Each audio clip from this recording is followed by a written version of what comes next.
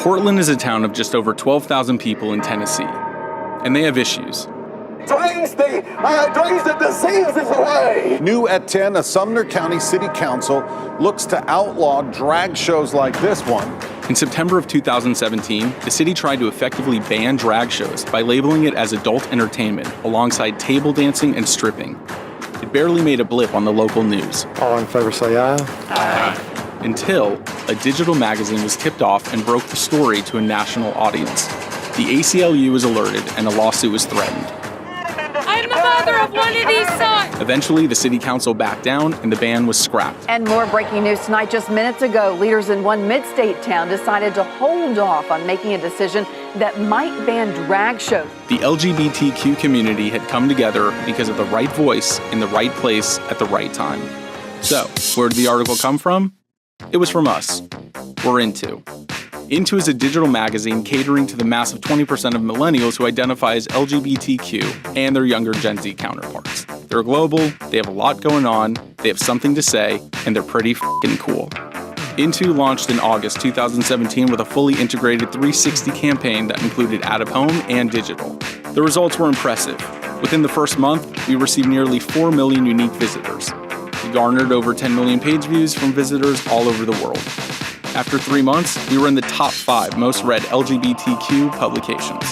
We were syndicated across publications like Huffington Post and Apple News. And it's only been 6 months.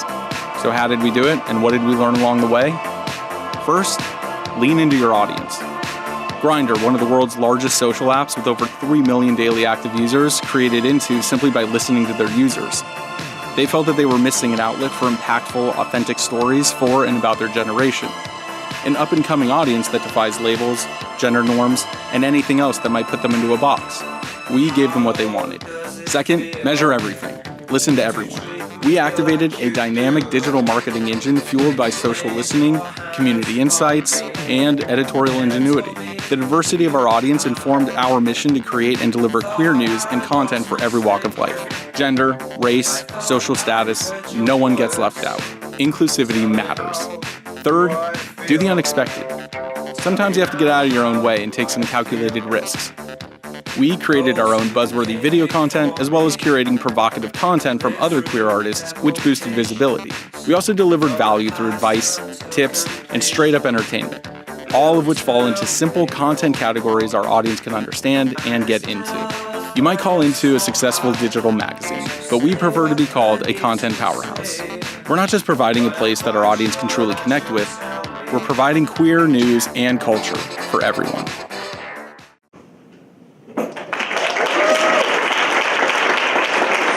Why don't we start this off with a couple of introductions? You guys could Sure.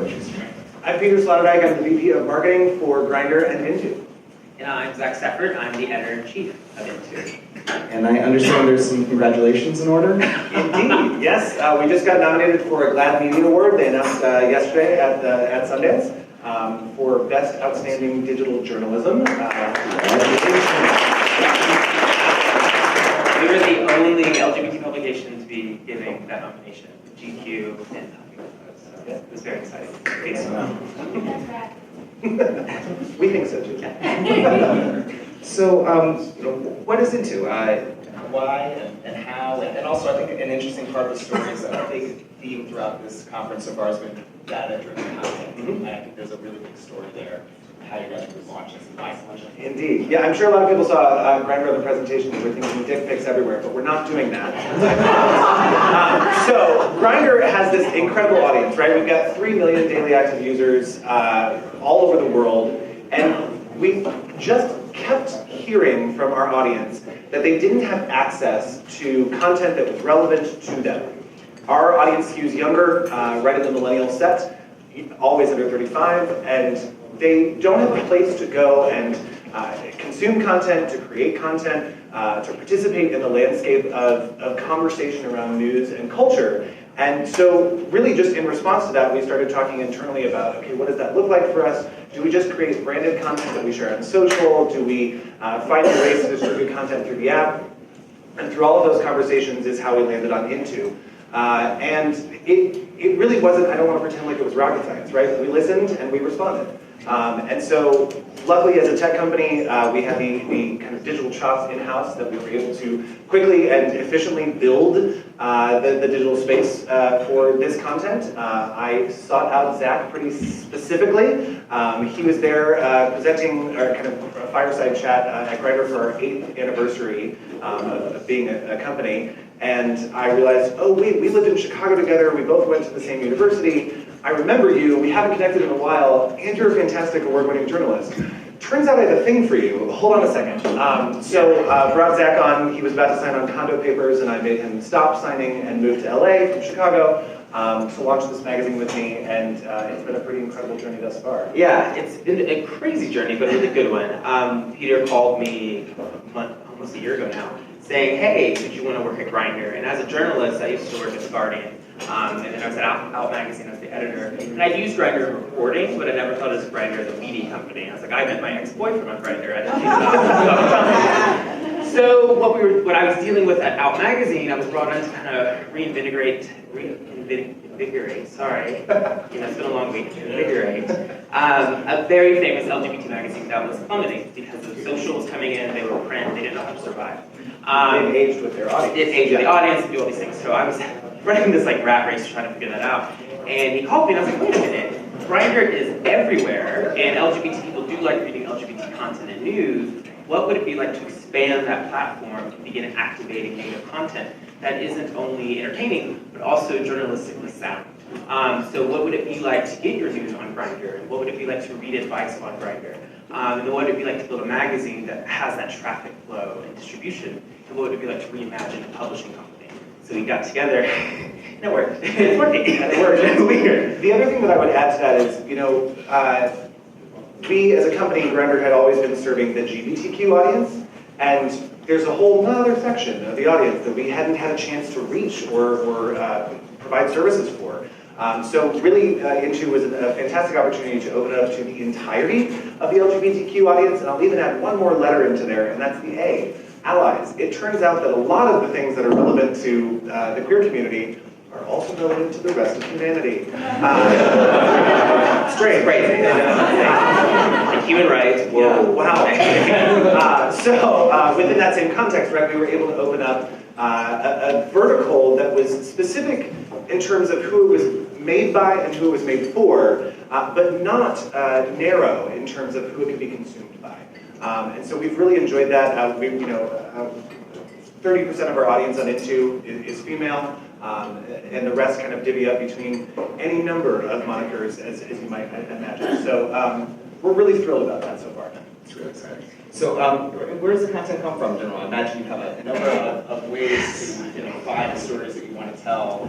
Are you talking to your audience about that? Or This is the first time I've unlocked Zach's office door since I hired him. So How does that work? Yeah. we hired a full editorial team. So we've got 2 staff writers, a digital publisher.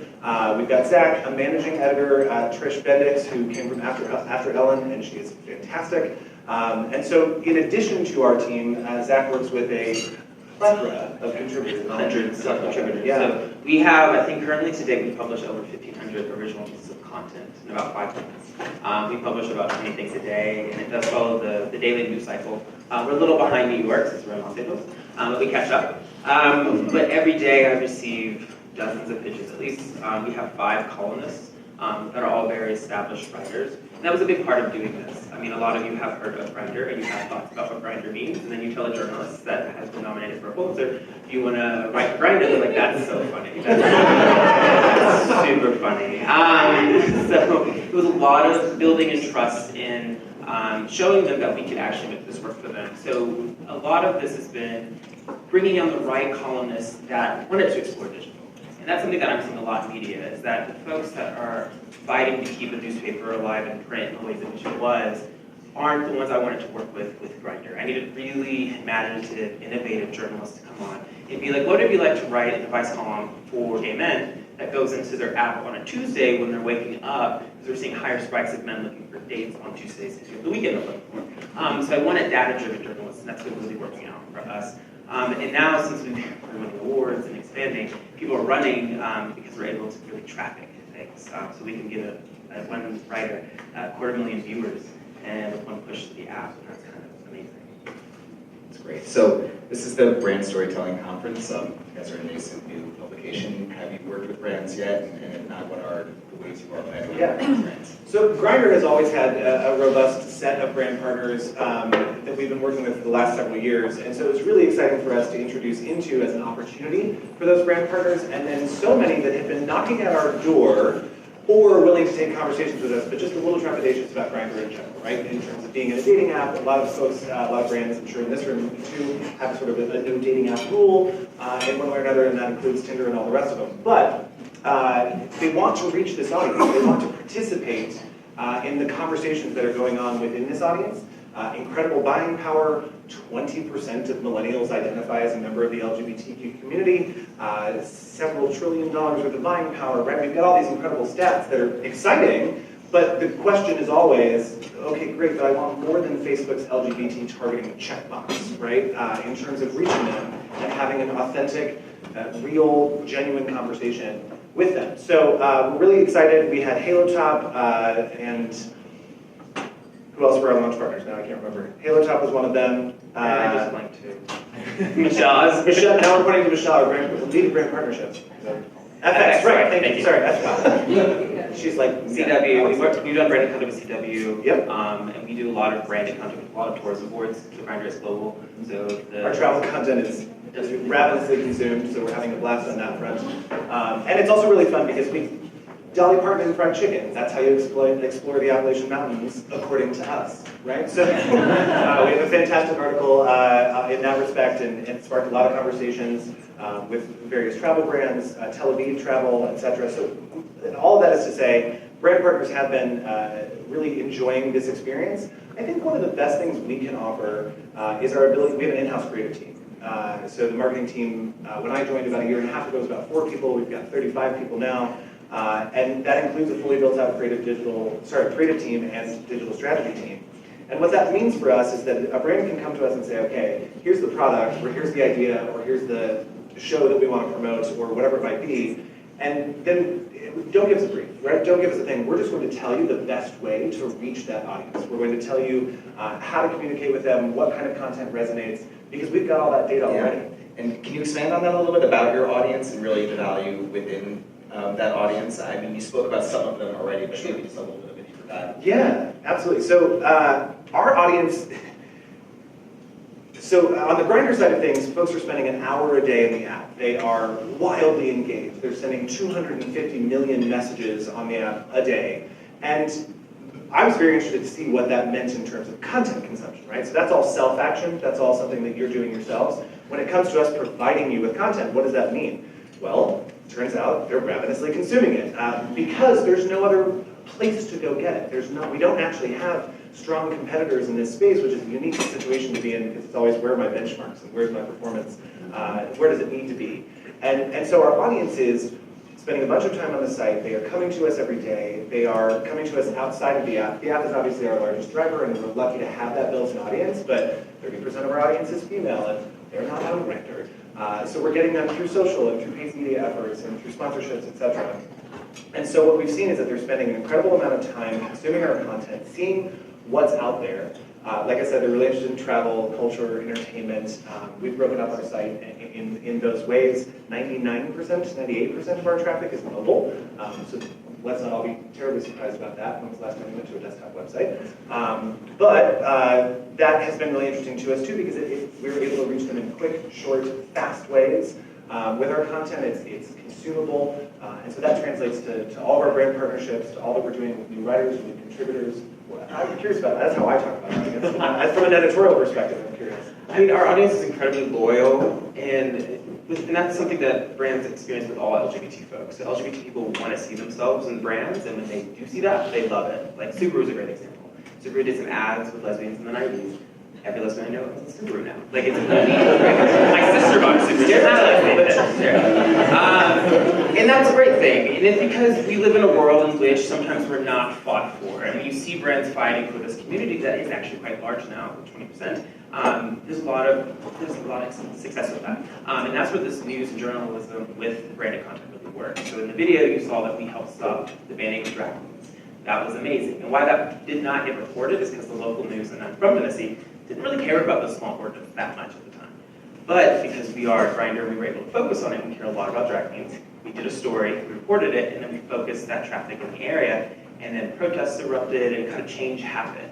And that's a very political change, but we can see that even with diets. If we do a story about health, because our audience is so engaged and looking for this content and they trust us, then they do believe us. And we're seeing that with some of the stories we're breaking. So I don't know if y'all are following the Alabama special elections with Roy Moore and Doug Jones. No, so did y'all know that Doug Jones' son is gay? So Doug Jones, when he was elected, it came to our attention that his son was gay. Now they're a public figure family. And his son had a lot of journalists knocking down his door to tell his coming out story. And he came to us because he was a Grindr user, he read into, and he trusted us to be careful with his story. And we've done that with him. We did that with LCD Sound System when their members came out as transgender, and we continue to do that with a lot of people. And that's something that I was really impressed with Grindr when they brought me in, is that they recognize the intimate connection they have with this community globally and really try to fight for that. And I was like, you know what, that's what I want news to be in this moment and under this era we're in of fake news. I want news to go back to being trustworthy. So it was really a great honor to have them, allow me to build a team with them, really great journalists in doing that. Because you do love your apps a lot on them. If you're on Tinder or so on, you can do check them on. So it'd be nice to get some news in there. Great. Well, we have a couple minutes left. I'm going to open up the floor to questions. Anybody has any? I can probably share. All right, shout out. Okay. So Chris had partnerships at Wattpad. Curious to know, did you see an uptick? Well, curious to know how you integrated the new pub with the app, and assuming it was a growth engine for usage in the app. Any learnings from that you can share? Yeah, so I want to be very clear about where we stand on integration. So our kind of original intention was to launch into as a member of the Grindr family of brands. We have a few others as well. Gamemoji, if you haven't downloaded the Gamemoji keyboard, it's very fun. So it was a member of the family of brands. We intended for it to stand alone. So we did not start with an integration of the content in the app, right? We were using ad units and various components of the app to drive traffic back to the site, but we weren't integrating to begin with. You have just revealed my product pipeline, and that's coming. So you can expect that that'll be available shortly. But we did see an uptick in sort of the time spent within our ecosystem, right? That's probably the best way to say it.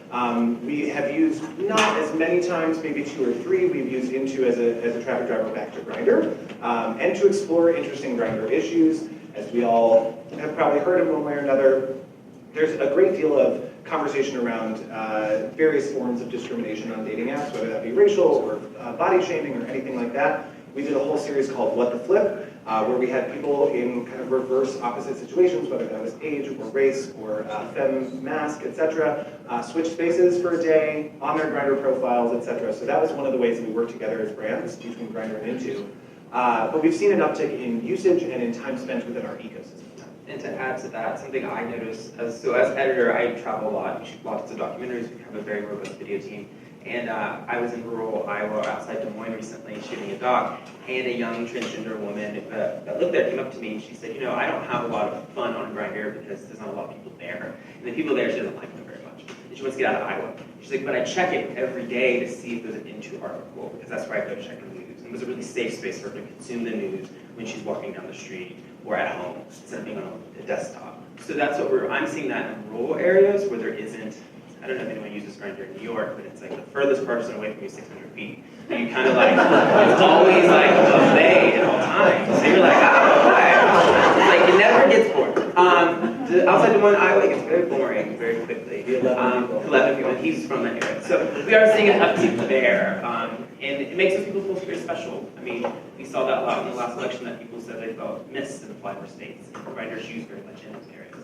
So in terms of a news delivery system, we're able to not miss them anymore, and it's great. Hey there. My name is Paolo. I'm managing editor at REI, which is an outdoor retailer. Yeah. Appreciate the outdoor coverage you guys have done. Missed that we hosted the first LGBTQ outdoor summit at REI. Yes, you did. Absolutely. Question about how you treat hard news, or how you see that coming into your mix. Right now I see softer angles.